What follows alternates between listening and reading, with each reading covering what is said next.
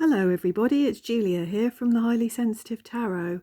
I'm here today with a really nice tag to do. Yesterday I was watching Sandra at Spirit of Avalon and she did this lovely tag called Top Tarot Trumps, and I went along and had a look, and it's by the lovely Mascha. I hope I haven't mispronounced your name. I probably have. I seem to murder everybody's names if they're not English. So this is a VR to Musings by Mascha, and I will link Sandra's video and also Mascha's video as well. So it's hashtag Top Tarot Trumps.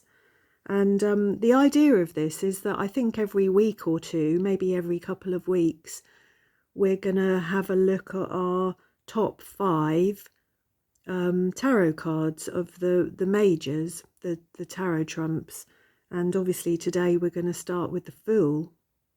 So I thought this was going to be much more difficult to do, but it actually wasn't. I actually knew, I think 4 out of the 5 cards I knew immediately, the ones that I wanted. And to be honest, this is going to be a great tag for me, because if we're doing 22 cards every couple of weeks or so, that's going to take us through most of the year, isn't it? That's potentially 44 weeks. So I think that will really suit me. That will be something nice to focus on through the year, and especially at the moment, because as many of you will know, I'm quite unsettled, waiting to move, and sometimes you don't feel like you really want to get stuck into a big project when you're unsettled. So this is something really nice and really fun, and hopefully will help me to get to know some new people as well. I saw that there's a few people that have done this VR already, so I thought I would jump right in. So without further ado, my first card is this. Can you guess what it is from the back? It is the El Goliath Tarot. And this is a very new addition to my collection. I had been eyeing this deck and, wanting this deck for a long time. But obviously to order from America, it's really expensive. And I managed to find this deck secondhand on eBay in the UK. So I got it for an excellent price. And to me, it looks as if it's brand new. So I'm chuffed to bits about that, and it hasn't disappointed. I absolutely love this deck, and particularly this Fool. I first remember seeing this card on Nova's channel at Nova Luna Tarot. She has this deck, and I think it was there that I saw that I wanted this deck. And just look at this Fool, just like the wild abandon of him, of how he's just thrown himself off this cliff, this tiny little creature here. And he just doesn't have a care in the world, does he? He's completely carefree. And on this card, he's called the Eternal Vagabond. It looks like he's wearing a little medal there as well. I don't know. There's just something so beautiful, so cute, so innocent, so carefree. He's like a little, like a little tiny child, isn't he? Just so innocent in the world. I just absolutely love it. It's beautiful. So there's that one. My second card follows a similar vein, to be honest. This is the very, very gorgeous Oak, Ash and Thorn deck. I've had this for most of this year, this deck, and I've worked with it a fair bit, and it's glorious. It's so earthy, so gentle. I did a deck study with it earlier in the year, and it just blew me away. It's lovely, and I've chosen this card just for this complete innocence of this little baby deer here, this little fawn. Is that the right word for a baby deer? A fawn? I think it is, isn't it? This makes you think of Bambi, doesn't it? And just that sheer innocence again, of of being carefree and innocent and playful, and just totally part of your surroundings. You know, this little fawn is just completely at one with his environment and with nature. It's absolutely beautiful. I think this and the little mouse card are my absolute favourite fools. They are gorgeous. So yeah, there's that. And then we've got another animal. And then we've got two people. So can you guess this deck here? This is the Mystical Cats Tarot, isn't it? And again, I love this card because this just makes me think of, this is by Luana Weatherstone, by the way, and I think the Oak, Ash and Thorn is Three Trees Tarot. Does that sound right? Without having the decks right in front of me or the guidebooks, I can't remember, but this is Luana Weatherstone, I'm pretty sure, and Mickey Mueller for the artwork, The Tales of the Mystical Cats.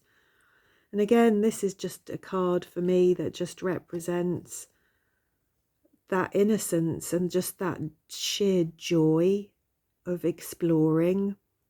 You know, the cats I've had over the years, the times that I have watched them go around the garden sniffing everything, and it's like every time they go out and they sniff and they rub up against things, it's like the first time.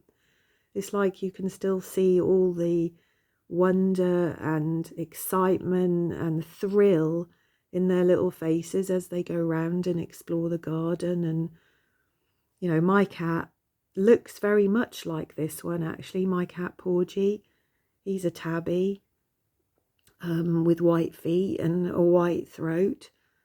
Excuse me. And every day I see him go out and patrol around the garden, and it is like he's on patrol, like he's checking all the perimeters. He's checking to see that nothing's been breached, but sometimes he's just sat there in just like this complete joy, I think, of his surroundings. You can see it in his face. You know, he's at one with the bees and the butterflies and all the little creatures around him, and he just sits in the grass and he's just completely carefree. And I think that's what I love about the animals, is the innocence and the carefree nature of them.